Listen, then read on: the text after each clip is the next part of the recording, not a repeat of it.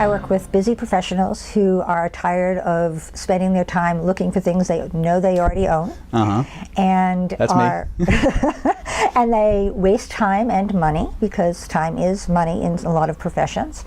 And I help them to look at what they own, to reassess what they really need in their life, so that they can live the lives that they truly want. So I help them do that by reducing the amount of clutter that they have, helping them to repurpose the items and reuse the items that they have in new and exciting ways. And also then to take and recycle. And by recycle, I don't mean necessarily taking to a recycling center, Right. but also to find good homes for the things that they own. Nice, and okay. don't want to just throw out. So how do you begin working with a client? You know, what's kind of the process? How does somebody find you, and then how do they decide to work with you, and what are the early stages of doing that? At this point, the majority of my clients come through word of mouth and referrals and networking.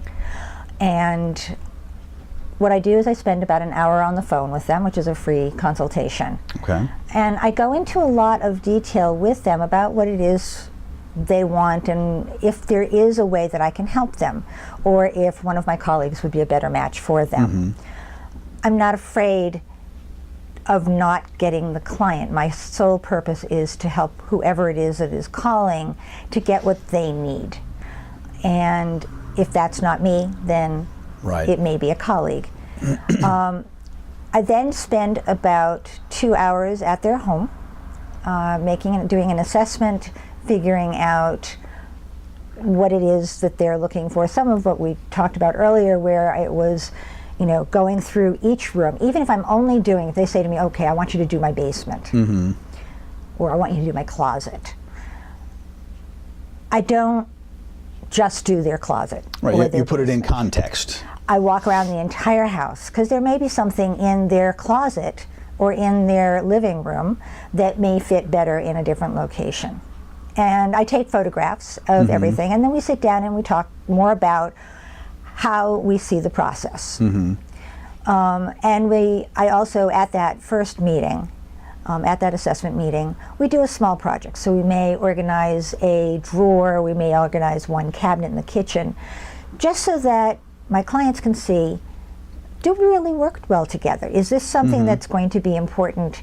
Am I the right fit for them? Are they the right fit for me? So even at this 2 hour, so at the 2 hours on site, I mean, have you already committed to working with the person, or is this still part of the figuring out whether you're going to work together? Most times, I would say probably 99.9% of the times, if I've gone through that if I'm at that initial assessment interview, you've started working. I've started working. I was assuming, because you spent an hour on the phone, so I would imagine at the end of that hour on the phone, you're making a decision: do we move forward, do we not move forward? Right. Yeah, okay. But then again, at the end of the assessment period, there's still another decision point. Another decision. Right. Do you want to continue? And then we decide, which way we go in terms of how many hours we think it'll take, how many hours they are willing to commit to, and we set up a schedule. Okay.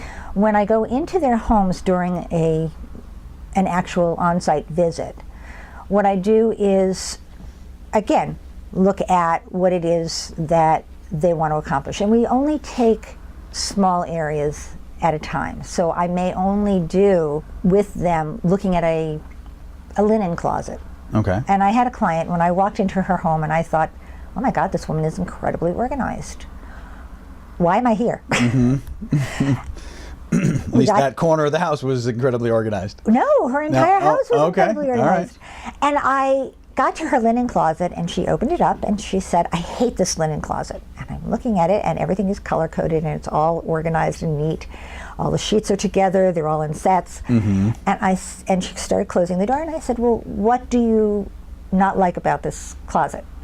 And she said, I don't use 9/10 of it. It's driving me crazy. Okay, so for her it's too much stuff. Too much stuff. I said, fine. And I got a bag, and I said, hand me what it is that you do not want. And one large trash bag later, I said to her, do you mind if I give these towels and these old sheets to either a women's shelter or the ones that are not good enough to give to a women's shelter to the ASPCA. Mm-hmm. The ASPCA. And she said, no, that would be fabulous. And so I brought it out to my car. I do not leave the things that people are getting rid of Right. with my clients to deal with. Because it'll go right back in the closet. Absolutely, absolutely. Path of least resistance is back to what you were already doing, right? Right. And they don't need the added responsibility and Right, the added of doing burden it. of having to figure out where things Sure, go. because half the time that's actually what's keeping it in the linen closet is I don't have time to really find this a new home, so all right, the hell with it, I'll just keep it. Exactly. And so it comes into my car. Been there, done that. I speak from experience. It just goes into my car, and then And now it's gone away. it's gone away. And I walked back into this woman's home, and she said, I feel so much lighter. Yeah. And I thought, well, that was easy. And then we continued to do the And you're one of rest those her house. buttons and you push. That was easy. That and was now we're easy. going to the next closet. Exactly. Yeah. And I spent a good deal of time with her over the next several months, and we tackled small areas at a time so that it's not overwhelming. Most people, when they say, okay, I'm going to reorganize, I'm going to organize my bedroom, and Yeah. they pull everything out of the drawers and everything out of the closet, and it's all on their bed. And then they get tired or something else happens, and they're left with this mess. And it is incredibly discouraging to look at this entire stuff. Right. And so I work with very small areas so that everything is containable and easy. And by the end of my visit, whatever area we're working on is completely cleaned up. I never walk out of a house where there's stuff all over the place. Right. You don't leave the pile in the middle of the room in order to have them panic about it. So. You know, even if we're in the middle of something, we will just put it in a box or something that we can come back to the next day. Right. Okay. Well, and there you have it. Rebrosco, reorganize. Appreciate you taking the time to join us and creating another Business Spotlight interview. So if you need some help reorganizing or any of those other re's that Ree just gave you, then she's the person to talk to. And obviously, you know, it's not so scary to do video, right? We just did it. Correct. And to do it in this format where you're just having a conversation about what you already do, It's fabulous. probably the easiest way in the world to do it. So appreciate you taking the time, and hopefully people will find some real value in some of the nuggets we're going to pull out of our conversation here today. So thanks a lot. Thank you so much.